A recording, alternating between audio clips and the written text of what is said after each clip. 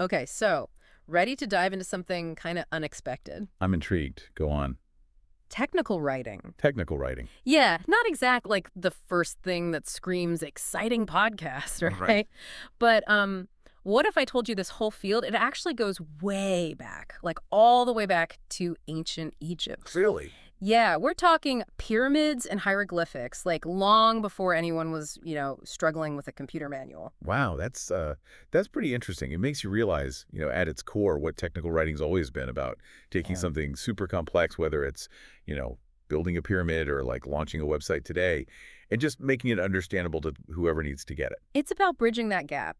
And for this deep dive, that's exactly what we're going to be doing, tracing that thread from, like you said, those ancient origins all the way to AI. And to help us unpack all of this, we're turning to Curt Robbins' recent LinkedIn article. It's called The Evolution of Technical Writing. Okay. And Robbins, by the way, he's not just some, random guy on LinkedIn. He's a senior technical writer. He's worked with companies like FedEx, Microsoft. Oh, wow. Yeah, he knows his stuff. And what I really liked about the article is it's not just a history lesson. Right.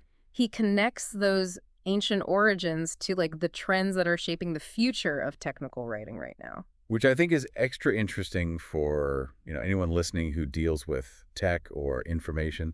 I mean, in this day and age, that's pretty much all of us, It's right? unavoidable at this point. Exactly. So let's rewind the clock all the way back, like we were saying, to ancient Egypt, where everything was visual. Okay. Think about those really detailed drawings on tomb walls. Mhm. Right.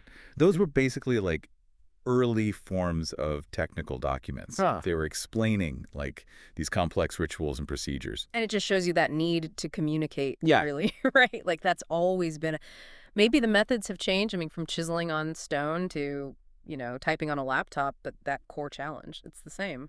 Makes you wonder what those ancient scribes would think of a tool like ChatGPT. Huh. Right. It's like from stone tablets to sophisticated software, Robbins walks us through how those tools themselves have evolved. And that shift in tools has totally reshaped what it means to be a technical writer. I mean, yeah, clarity is still important, but it's also about efficiency. It's about being a multimedia whiz, knowing how to work with visuals, different content formats. Whole different ball game. Totally. Imagine trying to explain the internet back in the days of typewriters and carbon copies. Oh, the headaches. But okay, before we get ahead of ourselves and jump into the digital age, let's go back to those ancient origins for a sec. Okay. Robbins also talks about, the influence of Greek philosophers like Aristotle, Democritus Right? on early forms of technical communication Interesting. because their focus on logic, on clarity, structured thinking, Yeah. it laid the groundwork for how we still approach technical writing today. It's all about breaking down complex stuff, whether you're explaining physics or the latest software update into pieces that actually make sense. It's amazing how these ancient ideas are still relevant. Who knew the Egyptians and the Greeks were like the OG tech writers? Wow. But there's a pretty big gap between those early examples and, the formal profession we know today. Yeah, totally. And Robbins points out it wasn't really until after World War II that technical writing as a field actually came into its own. Oh. It was all those rapid technological advances during and after the war. They created this huge demand for people who could explain how to use all this new tech, right? Yeah, it makes sense. New technology, new need to explain it. Exactly. Think about radar, jet engines, even those very first computers. People needed instructions and they needed them fast.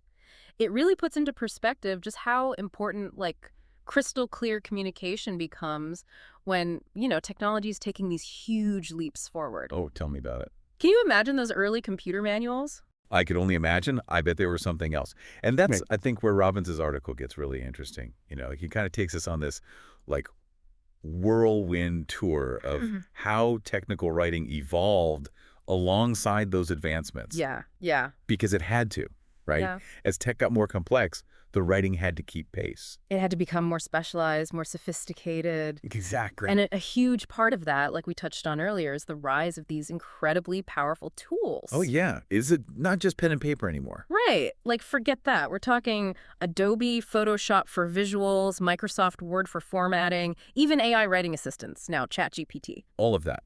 And I think people, they sometimes underestimate how much those tools have changed the game for technical Oh, writers. totally. It's not just how you write anymore, it's what's expected, Right, right. You have to be this multimedia expert, Mm. comfortable with visuals, different content formats, the whole 9 yards, Oh, yeah. You got to keep up. especially with how fast the digital world changes. Right, exactly. So, with all these advancements, where does that leave the future of technical writing, right? Right. Like, what's next?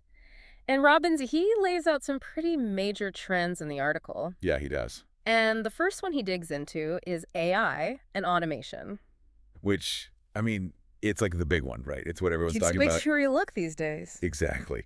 And yeah, it's easy to get freaked out about it, right? Like, oh, the robots are coming for our jobs, that whole thing. Sure, the robot apocalypse. But Robbins, I think he has a much more like nuanced take on it.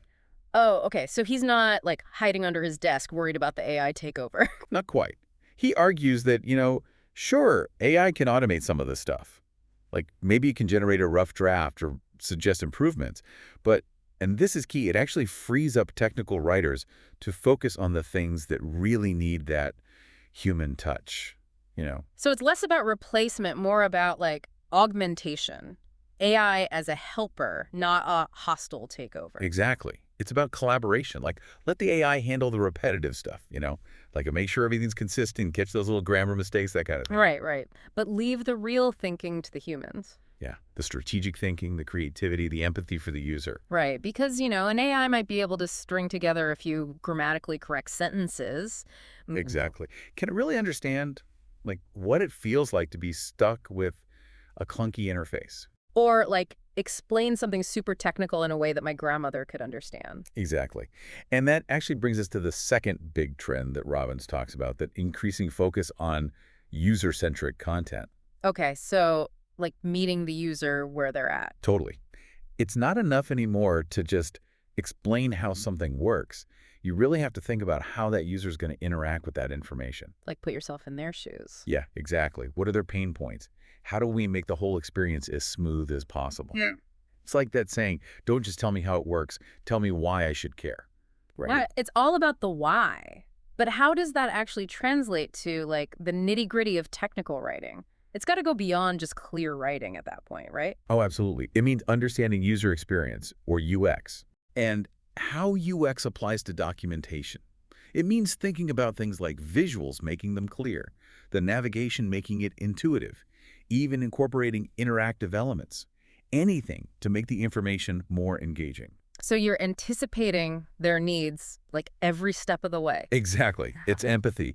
Put yourself in their shoes. What do they need? How can I help them get there as quickly and painlessly as possible? Okay, so, like, think about all those times you've been frustrated with, like, a really badly written instruction manual. Yes.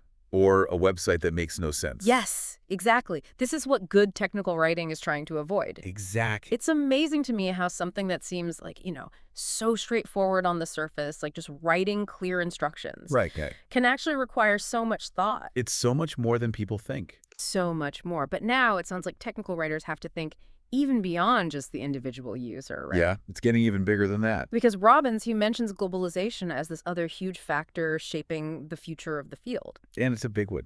Technology, it doesn't care about borders anymore, right? Okay. So technical writers, we have to be able to communicate with a global audience. It's true, and it adds this whole other layer of complexity, doesn't it? Absolutely. Because it's not just about, like, translating the words, right?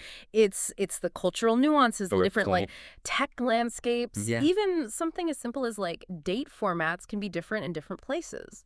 Oh, yeah, you got to think about all of that.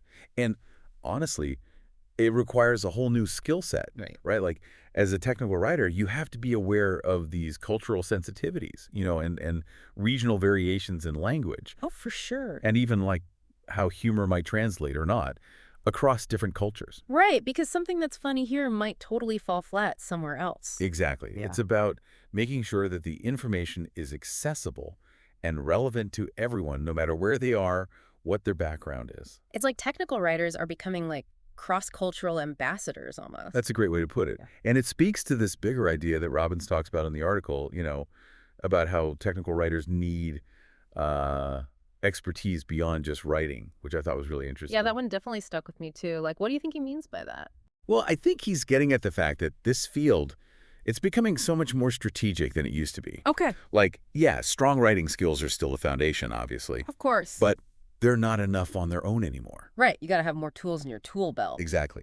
Technical writers now, they need to be able to analyze information that's often very complex, Yeah. really understand user needs, and even like anticipate problems before they even come up.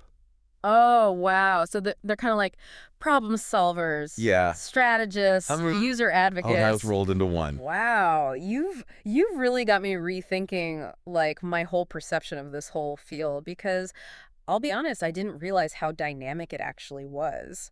Oh, it's so dynamic. Mm. And as technology, embeds itself more and more into our everyday lives, Mm. I mean, technical writers, they're going to be more important than ever.